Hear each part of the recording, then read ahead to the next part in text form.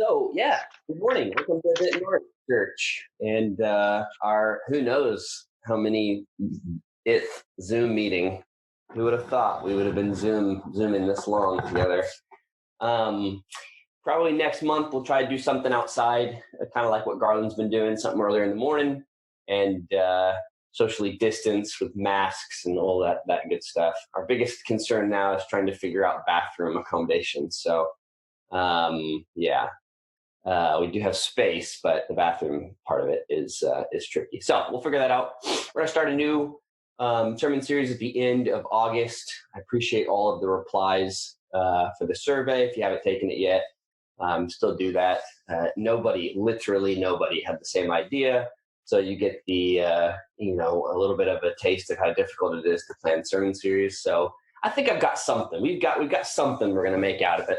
We'll do a 2-week interim here the next, not next week, unless we'll wrap up our series. And then 2 weeks after that, we'll do what we normally do, which is just talking about mission and vision of our church. We'll probably do that pretty collectively and conversationally rather than just teach it. And then, at the end of the month, we'll get going with a new series. We've got a couple ideas we're talking through. Any other announcements? Do we have any walk and talk stuff, all that figured out? Yes, no. Small groups will be ending these next 2 weeks. So yeah, we'll take a break for the month is usually what we do, and then get going back again in September for our small groups. We'll switch up our small groups. Certainly can still do things. This would be a great time to get involved in the LTG, to do like a book club type thing, whatever it is that you're looking to do. Or want to do with a small group this next month would be great to do that. Don't just peace out and, get lost in obscurity on your own for the next month. All right. Just because we're not doing anything sort of official. So yes, no for announcements. We're good. The page for some of that stuff like LTGs and stuff like that is dentonnorthchurch.com/discipleship. Okay. Also has the walk and talks sign up, unless that's already too late to sign up for that. That's on there as well. Okay.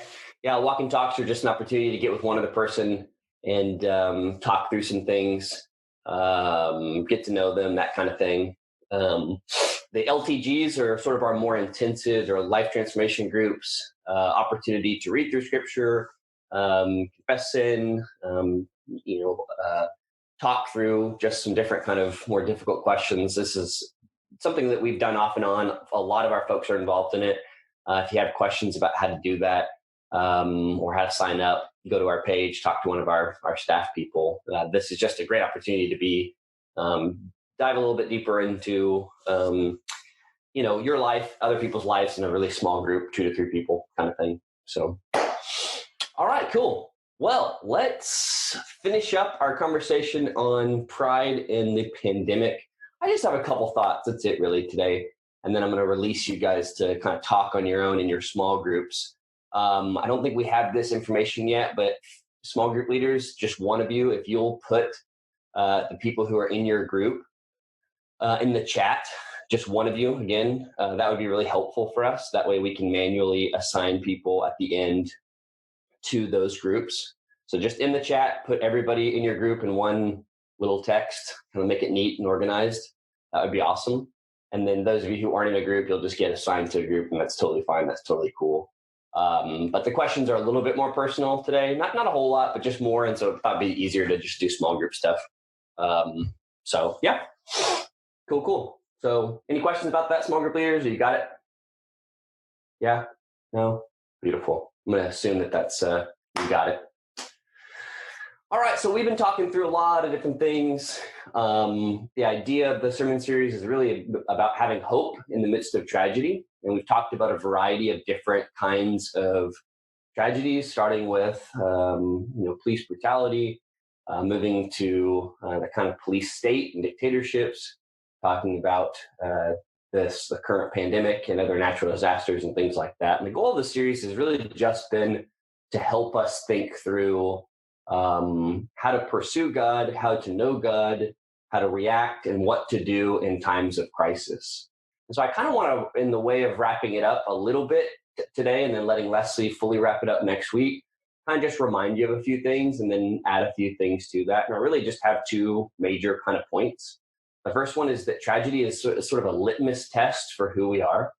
Often in the midst of tragedies and really kind of any stressful situation, and could be as small as a transition from one thing to another, which obviously doesn't quite get to the point of tragedy. It can be a sort of individual tragedy, a collective tragedy. It's really a litmus test for who we are. I have no idea what a litmus test is, but I use that word all the time, or phrase. And then I looked it up this morning and realized it's a chemistry term. Melissa could talk about this all day long. Josh pretends to talk about it, about knowing alkalines from acids. How exciting. Anyway, I learned that this morning. I'm sure I learned it at another point in my life, but basically it's just a pretty good test. It's an accurate test, right?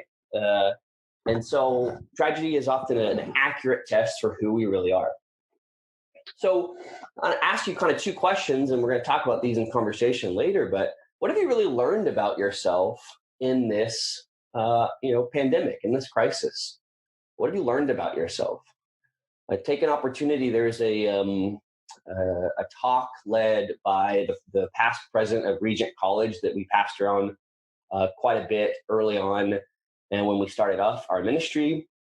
And it really was talking about how to transition successfully. And particularly, we wanted people to transition successfully from college into the working world. And he's a psychologist, and he basically just talked about how transition puts stress on the body, not just on the mind.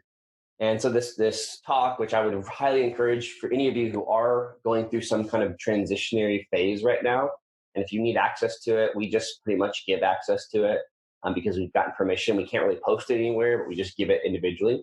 And one of the main things he talks about is that one of the things that stress does for us, or transition does for us, is kind of informs us of who we are, how we deal with things. He uses the term plastic person, metal person, or glass person, which I really kind of like.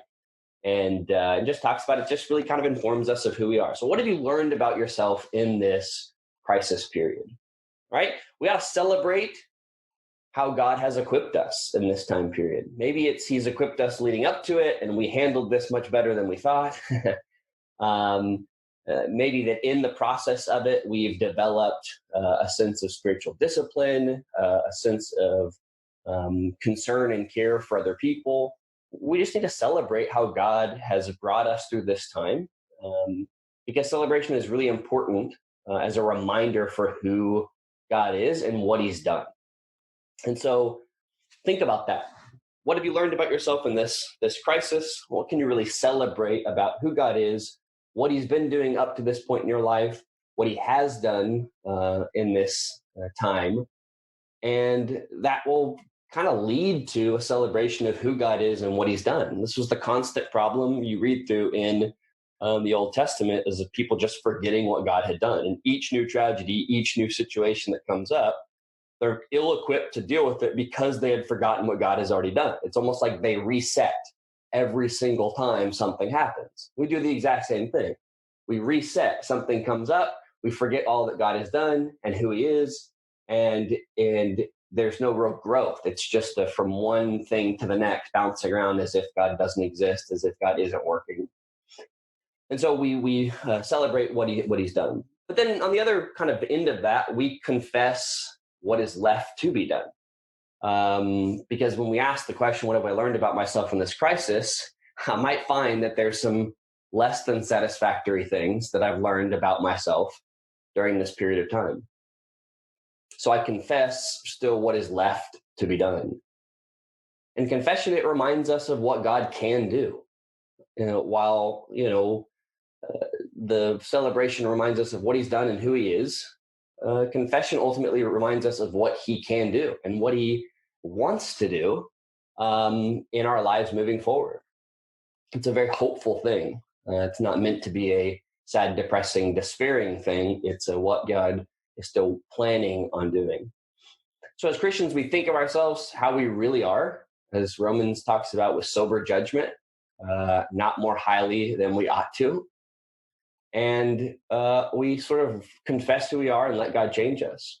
So, for instance, to give you just two examples of this, You might say something like, in terms of the celebration, I really cared about people and have intentionally done things that's best for the body or for my neighbor, like wear a mask, social distance, speak out against conspiracies, whatever that is. I celebrate the fact that I've really cared about and been concerned about the larger church or the larger society in this time period. I've had more time to think about it, more time to assess my own role, my place in all of that. But I might also confess that I've selfishly used COVID to pretty much distance myself from those I didn't want to spend time with. That I used it as an opportunity to say, oh yeah, I'm just not really, doing the whole going out right now. And yet I'm very fine with going out with people I enjoy spending time with and not with those who I don't. So, that's the two-sided coin of this celebration, but also confessing. And if we are able to look back through those things and introspect, we get an opportunity to really connect with God and connect with what He wants for us in regard to other people. So, yeah, cared about people, lived sort of communally, selfishly used it to distance myself, became kind of a convenient excuse to isolate and ignore more difficult relationships. So, challenge in all of that. If tragedy is sort of a test of who we are, have you or are you willing to take some time this next week to really think through that, or think about it now and begin that process of what God has done, how has He equipped you, and what is He left to do? What really needs to be confessed, either to yourself, to God, to someone else, about what's left to do. So, and I think the biggest challenge in all of that is the challenge we always give, which is, are we doing what's best for the body, or are we just doing what's best for us? When we're in a community like this, we've chosen to be a part of a much bigger thing than just our deal and our relationships. We become a part of something that God ultimately manages and does, and we choose to do what's best for each other and for the body, and not just for ourselves. So when we do this, for instance, meeting here in a couple weeks, and we all meet outside and spend time together, you're going to come or you're not going to come, and really it doesn't really matter whether you come or not come. What's going to be your excuse for coming or not coming? You're coming simply because you just want to see people. That's fine. I guess that's okay. You're not coming because you're really afraid that you're going to get people sick or get sick, or you're simply not coming because it's COVID has become a pretty great excuse for you to bail on things you don't want to do. That's the kind of thing we're talking about there with the challenge of thinking through and letting this be an opportunity to really introspect. So the second thing I wanted to say, so tragedy is a litmus test sort of for who we are. And the second thing is that tragedy is ultimately a kind of an existential threat. It's a threat to ourselves, kind of the basic core of our survival. It doesn't necessarily feel like it, I don't think, during this pandemic. It's not like a natural disaster. It's not like something more immediate. Although I would say for some experiencing things like police brutality, it's much more immediate and concerning. But it's an existential threat. It's something that makes us kind of scared down to the core of, who we are. Or are we going to survive? Are other people going to survive? The people we love? And that's incredibly challenging because there's not a whole lot, other than public speaking, things that scare us besides actually dying. So it's an existential threat. And threats, for the most part, make us turn pretty inward. It's kind of a normal thing, right? Self-protection, like a turtle in a shell. We turn inward. Threats make us feel like we have to do an extra good job of protecting ourselves. And yet, in Scripture, you see Christians over and over again taking risks for their faith. And so I want to kind of but apply an idea here to the topic of tragedy. What does it look like for us to take faith-based risks in the midst of tragedy, in the midst of crises? What does it look like to really take risks? Now, again, I'm trying to make it really clear that these need to be acted out of faith-based risks, and not just risks in general. I think we've seen plenty of examples of Christians trying to use Christianity as an excuse for all kinds of wrong things. And so, including, trusting God that he's going to protect us without wearing masks. Well, maybe you will, but not so sure that's the principle that we want to be encouraging people. It sounds a lot more like testing God than trusting God. So what does it look like for us to really take faith-based risk during this time? Risks, in my mind, I think the etymology of the word, maybe a long time ago, I learned somewhere, it's just basically running into danger. A risk is just running into danger. Rather than running away from it, you're running into it. I prefer to walk into danger rather than run into it. Maybe that's like a calculated risk. That sounds like a better way of phrasing that. But it could go great and it could go poorly. That's the whole idea of a risk, right? We have the sort of middle ground where we have a little bit more of a clear understanding of what the outcome is going to be. But a risk, we have no real sense of what's going to happen. It's either going to go great, maybe, or it's going to go really poorly. Just like investing in the market, doing anything risky, there's opportunity for great loss and there's opportunity for great reward. Okay? But ultimately, in my mind at least, what risks ultimately do is they connect us back to what our priorities really are. We can talk all day long about what our priorities are, what we really care about, what's really important to us, but it's the risks that we take that ultimately make clear what's really actually important to us. Because we're willing simply to take risks for those things that are important to us. And so again, that's the question here. Even the idea of taking risks in relationships during this time period, who am I actually willing to risk being around, says a lot about how much I care about them and love them. And so the idea of faith-based risk is what does it look like for us to really take risks during this time that sort of move us out of that just shell of self-protection and really put our faith sort of out front and make clear that it's really an important thing to us. So what risks are you taking for the kingdom? I like this question. It's a tough one. But what risks are you taking during this time? Faith-based risks for our kingdom, because we're all taking risks. And the ultimate question is, what kinds of risks are we taking? Are these risks ultimately out of faith, or do they come simply from a sense of, I don't know, our own selfish desires or our own, hopes and dreams that are apart from really the hopes and dreams of the kingdom and the kingdom's work. I've been thinking a lot about dreams because I'm watching Westworld, which I feel like every show that I watch, I can't recommend because it's just so, yeah. I remember, so I have a barber from Campus Barber, and he is my dealer in TV shows, okay?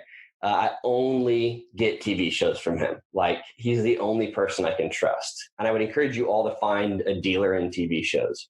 I remember a long time ago, Josh telling me that, people are always telling him, watch this show, watch that show. And he kind of can't trust anybody. But I trust this guy fully, okay? Every show he tells me about, Altered Carbon, boom, wonderful. I'm not going to go through all the others because they get worse and worse. But anyway, Westworld's amazing. And the basic premise is that there are these androids in this very real scenario where rich people go and basically can do anything they want. And of course, the androids become somewhat self-aware, and it's dealing with consciousness. And they have these dreams, but these dreams they're always told aren't important at all. Don't ever think about your dreams, just sort of do your duty. And I was thinking about this in this analogy of taking risks, is that we ultimately take risks for our dreams.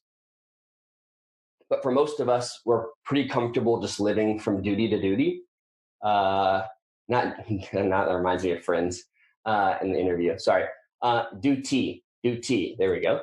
And not taking risks for our dreams. Well, if our dreams are kingdom dreams, faith dreams that are about seeing God's kingdom really happen here, then we're going to take risks, and those dreams become more important than just the duties that we have from day to day. And that's ultimately what's happening in this Westworld environment. Is this one girl kind of becomes self-aware, and she starts following her dreams rather than her duties, and that gets her into some trouble, but also takes her into a path or a loop that's much more freeing than the one that she was in before. And it's funny because she transitions from someone who's mostly concerned about making mistakes to someone who doesn't really care about whether they're making mistakes. They care more about living a true and real life. I really like that analogy. Okay, enough about that. So the challenge here. So what faith-based risks are you taking during this time? Small risks that you can practice. Things like this. Are you engaging people effectively in conversations about race and politics? Or have you, sort of just stopped having these conversations because it's harder now to talk to someone face to face? Are you engaging people effectively in these conversations about race and politics? Are you going to some of these protests and things like that connect up with either something you want to learn or something that you want to do? Yeah, it's a little bit risky being around people for sure, but actually being able to be a part of that sounds like could be a big thing for you in terms of a risk.